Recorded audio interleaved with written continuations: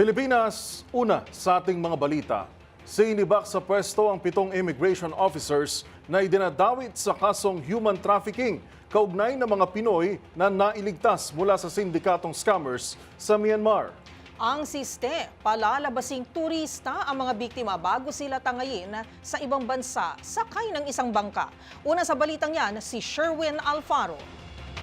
Sinibak sa pwesto ni Bureau of Immigration Commissioner Joel Anthony Viado ang 7 sa kanyang mga tauhan na sangkot sa human trafficking na mga nailigtas sa mga Pinoy mula sa bansang Myanmar. Sa isang statement, itinuro ang 7 na siyang nag-facilitate sa pag-alis ng mga ito bago naging biktima ng online scam operators sa pinasukang trabaho sa Myanmar. Nakalusot sa immigration ng mga nailigtas sa Pinoy na pinalabas sa mga turis pagdaan sa immigration at saka lumipad patungo ng Bangkok, Thailand bago inihatid ng tawid bangka at makapasok sa bansang Myanmar para magtrabaho sa mga online scam syndicate doon.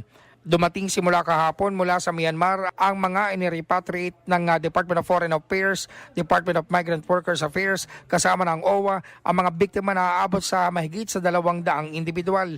Ayon kay Viado, pawa mga tao ng immigration sa NAIA Terminal 1 at Terminal 3 ang mga sinibak na sangkot sa human trafficking activity. Sakalit mapatunayan sa kanilang pagkakasangkot, sasampahan pa sila ng Bureau of Immigration ng kaukulang kasong kriminal kaugnay sa human trafficking.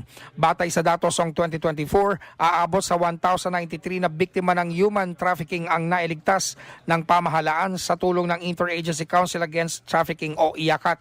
Binigyang diin pa ni Viado na bukod sa NAIA, ginagamit rin umano ng mga sindikato ang backdoor exit para maipuslit palabas ng bansa ang mga biktima na ipinapasok sa mga scam hubs sa Cambodia at sa Myanmar. Para sa MBC TV Network News, ako si RH6 Sherwin Batal Paro. DZRH, una sa Pilipinas, una sa Pilipino.